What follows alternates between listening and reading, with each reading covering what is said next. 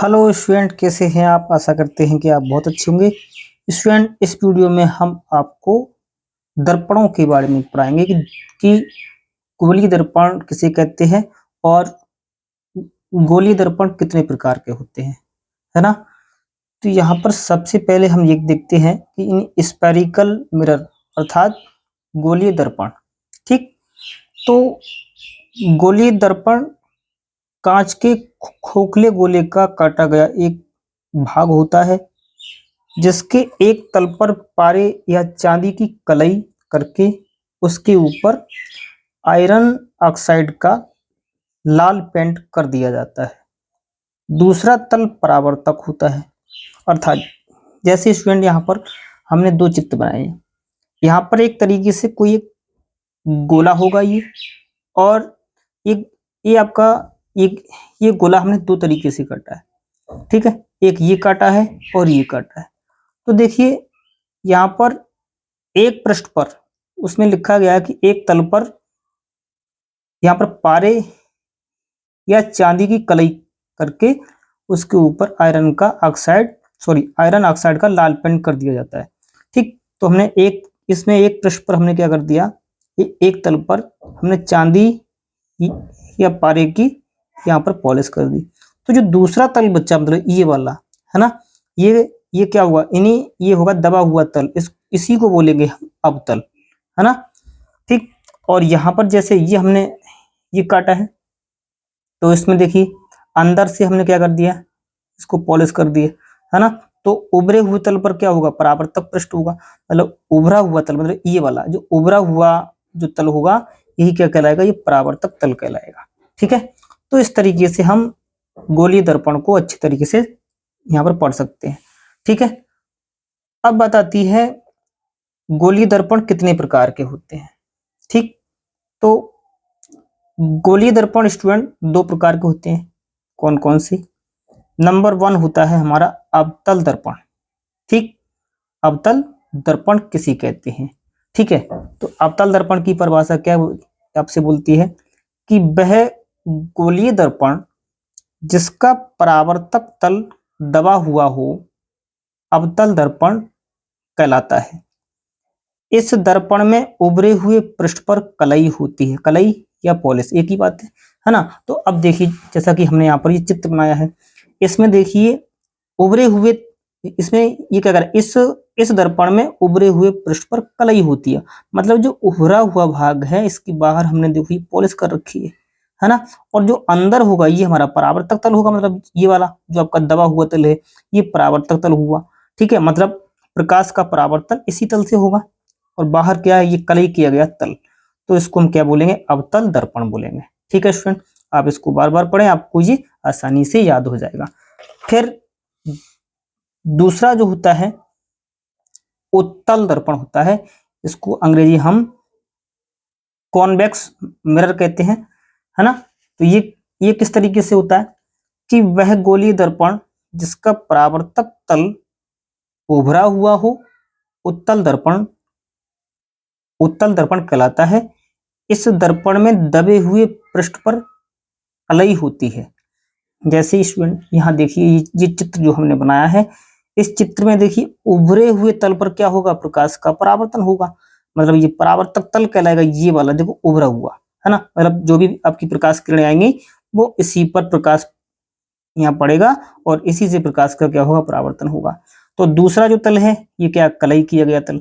तो इसी को हम बोलेंगे क्या, उत्तल दर्पण बोलेंगे, ठीक है स्टूडेंट। यहाँ तक कोई दिक्कत नहीं होना चाहिए। तो इस तरीके से हमारे गोलीय दर्पण दो प्रकार के बने, एक अवतल दर्पण, दूसरा उत्तल दर्पण, ठीक है। अवतल दर्पण में क्या होता है, दबे हुए तल पर प्रकाश का परावर्तन होता है, और उत्तल दर्पण में उभरे हुए तल पर प्रकाश का परावर्तन होता है ना। तो इस तरीके से आप इसको याद कर सकते हैं।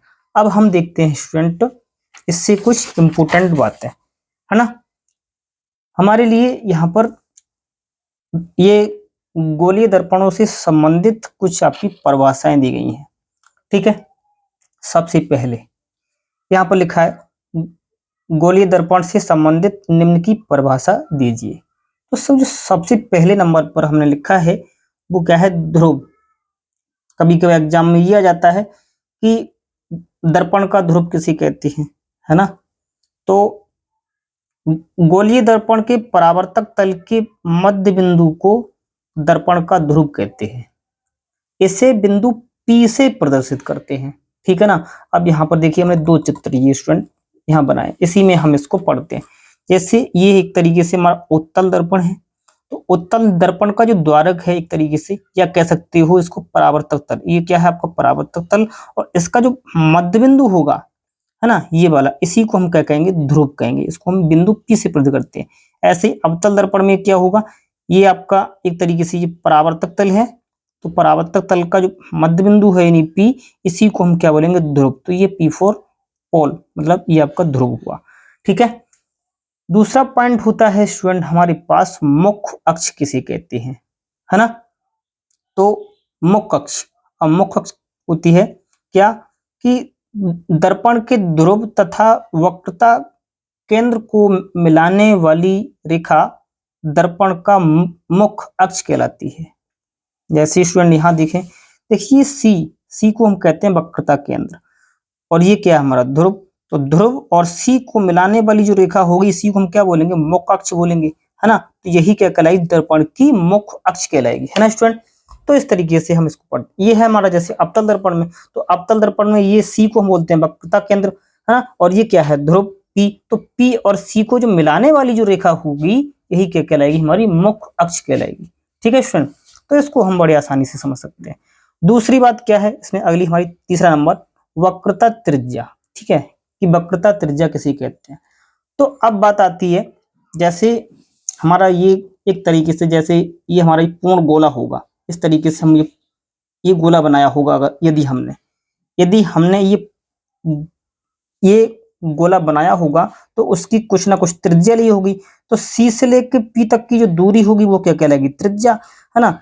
तो जो कटे हुए भाग, मतलब जो भी ये गोला होगा, कटा हुआ भाग होगा, उसकी जो त्रिज्या वही क्या कहलाएगी, उसकी वक्रता त्रिज्या होगी। मतलब सी से लेकर पी तक की दूरी एक तरीके से हम कह सकते हैं वक्रता त्रिज्या होगी, है ना। तो इसमें हमने वही लिखा है यहाँ पर, वक्रता त्रिज्या क्या होगी, कि गोलीय दर्पण जिस खोखले गोले का भाग होता है, उसकी त्रिज्या को वक्रता त्रिज्या कहते हैं। और इसको हम आर से प्रदर्शित करते हैं, किससे, इसको हम आर से, मतलब आर आप बना सकते हो बड़ी आर, ठीक है, आपकी बड़ी आर से प्रदर्शित करते हैं, ठीक है। तो इस तरीके से हम इसे समझ सकते हैं। अब फिर आता है हमारा वक्रता केंद्र, ठीक।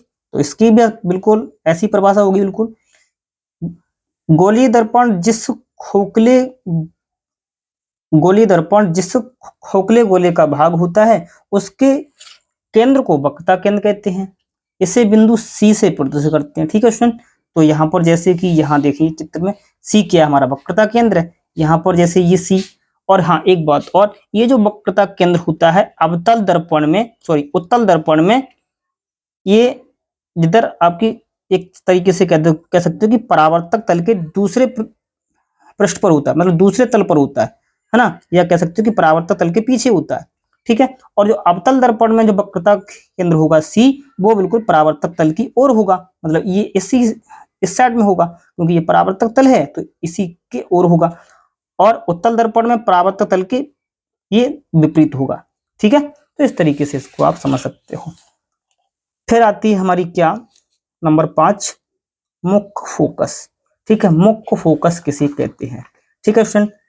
तो मुख्य फोकस को हम ऐसे पढ़ते हैं, गोलीय दर्पण के मुख्य अक्ष के समांतर आने वाली प्रकाश किरणें दर्पण से परावर्तन के पश्चात जिस बिंदु से होकर जाती हैं, मतलब किस से जाएंगी, अवतल दर्पण में, मतलब ये जो बात होगी वो किस में होगी, अवतल दर्पण में होगी।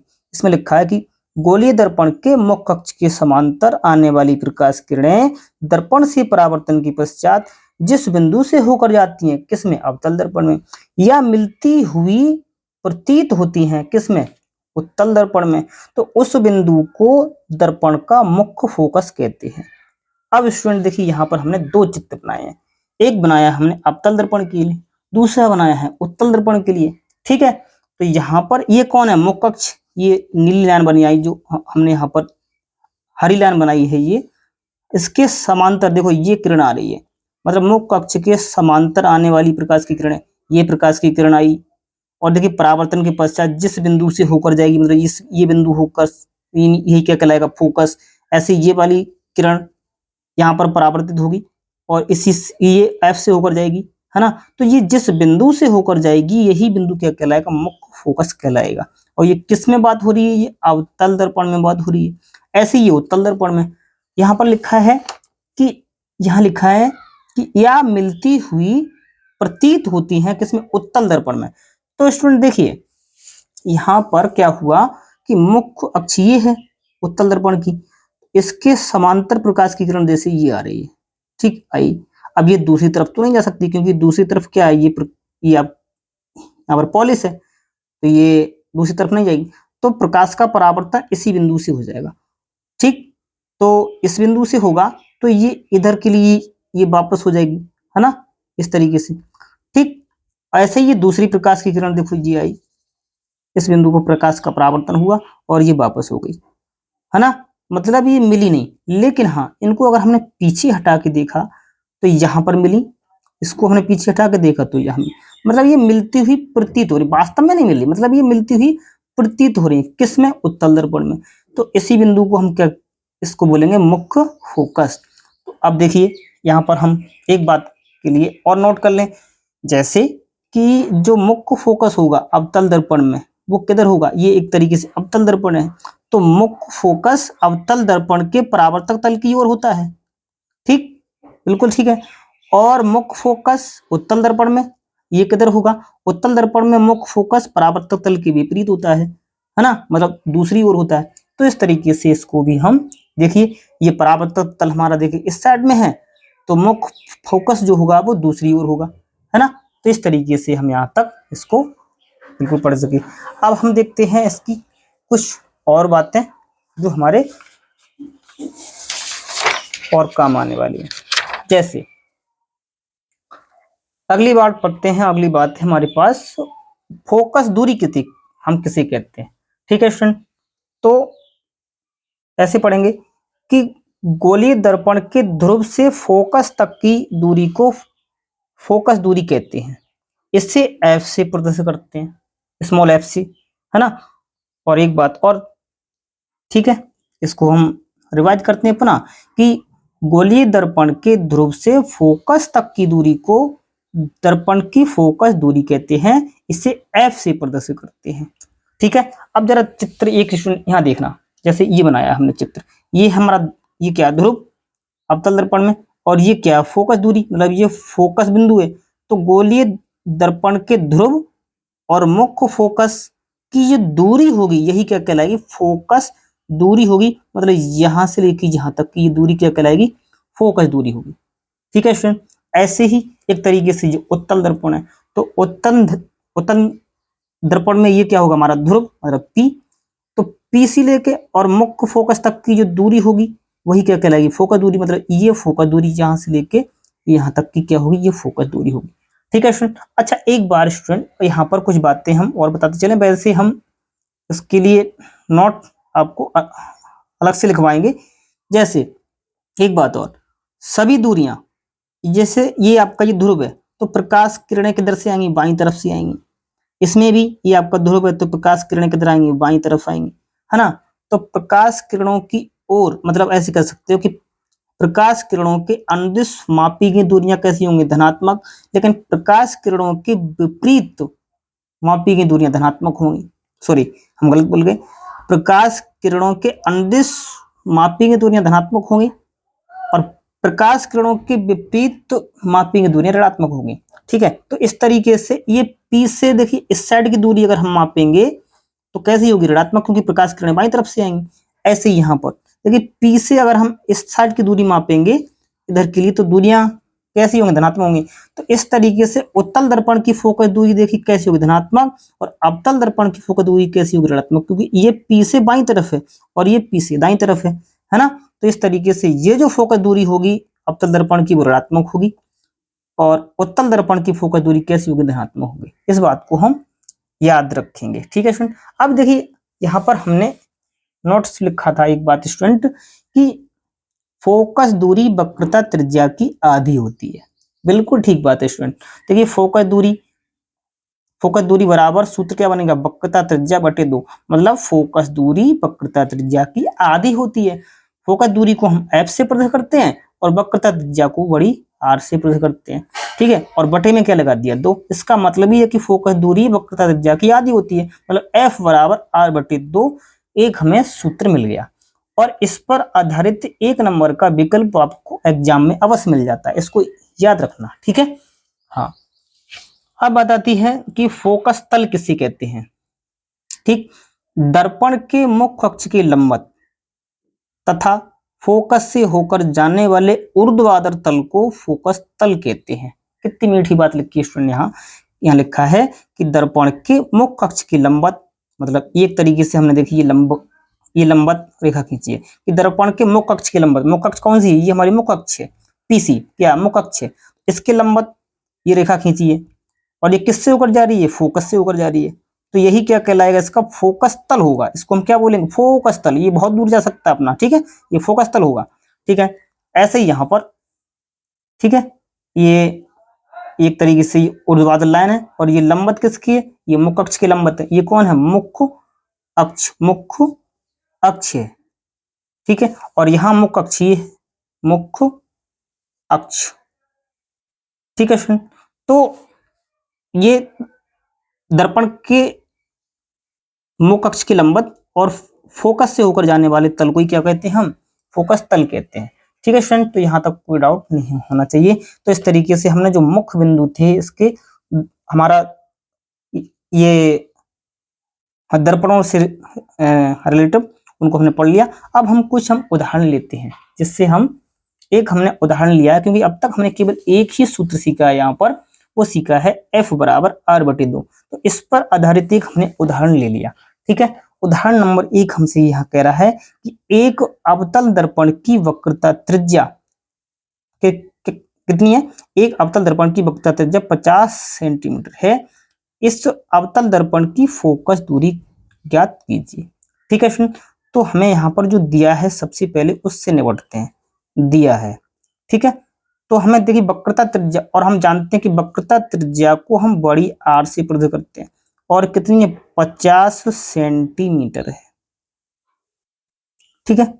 अब स्टूडेंट एक बात और, हमें निकालना क्या है, निकालना है हमें एफ, मतलब हमें फोकस दूरी निकालनी है, एफ निकालना है। यहाँ एक बात और, अवतल दर्पण की जो वक्रता त्रिज्या है, यहाँ देखिए पी से लेके सी तक की दूरी, यानी पी सी क्या होगी, वक्रता त्रिज्या होगी। तो ये पी से इस साइड की दूरी मापी जाएगी, मतलब ये बाईं तरफ मापी जाएगी। तो ये पी सी मतलब आर जो होगी वो क्या होगी, एक तरीके से ऋणात्मक होगी, मतलब माइनस होगी, ठीक है। आर बराबर माइनस के 50 सेंटीमीटर, एफ निकालना है। तो अभी देखो हमने सूत्र सीखा है, एफ बराबर होता है क्या, आर बटे 2, मतलब फोकस दूरी वक्रता त्रिज्या की आधी होती है। बार बार इसको रिपीट करेंगे, है ना। तो हमारे पास जो सूत्र होता है, चूंकि एफ बराबर क्या, आर बटे 2।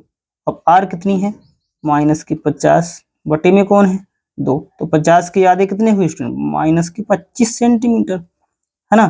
तो इस तरीके से हमने इसको क्या लिखा कि जो फोकस दूरी होगी माइनस के 25 सेंटीमीटर आई निकल के, ठीक है स्टूडेंट। तो यहाँ तक हमने ये क्वेश्चन को कर लिया, बड़ा आसान था, ठीक है। इस तरीके से हमारा ये क्या रहा, उत्तर रहा, ठीक है। मतलब इस उदाहरण का उत्तर ये रहा, ठीक है। और फोकस दूरी कैसी आई, ये ऋणात्मक आई। और मैंने अभी आपको बताया था कि अवतल दर्पण की जो फोकस दूरी होगी वो कैसी होगी, माइनस में ही आएगी, है ना। तो ये माइनस में आई। एक उदाहरण हम और ले लेते हैं, ये उत्तल दर्पण से रिलेटिव है। कैसा कि एक उत्तल दर्पण की फोकस दूरी 50 सेंटीमीटर है। इस उत्तल दर्पण की वक्रता त्रिज्या ज्ञात कीजिए, ठीक है स्टूडेंट। देखिए यहाँ पर हमें आर दिया था तो हमने एफ निकाला, यहाँ आपकी एफ दिया क्योंकि फोकस दूरी दी है, तो हम इसको लिखते हैं क्या, दिया है क्या दिया है, यानी फोकस दूरी को कैसे प्रकट करते हैं, एफ से। मतलब एफ दिया है कितना, 15 सेंटीमीटर। और हमें निकालना क्या, इस उत्तल दर्पण की वक्रता त्रिज्या, मतलब हमें बड़ी आर निकालनी है, ठीक है स्टूडेंट। अब बात आती है स्टूडेंट, यहाँ देखें कि उत्तल दर्पण की फोकस दूरी कैसी, देखिए एक तरीके से उत्तल दर्पण है, ये वाला उभरा हुआ तल होता है, जिसका उभरा हुआ परावर्तक तल, उसको क्या बोलते हैं, हम उत्तल दर्पण बोलते हैं। तो देखिए उत्तल दर्पण की फोकस दूरी देखो, पी से किधर है, ये दाईं तरफ है, तो P से दाईं तरफ है तो ये F कैसी होगी, धनात्मक होगी। इसका मतलब ये जो F होगी वो आपकी पॉजिटिव होगी, मतलब यही रहेगी, है ना।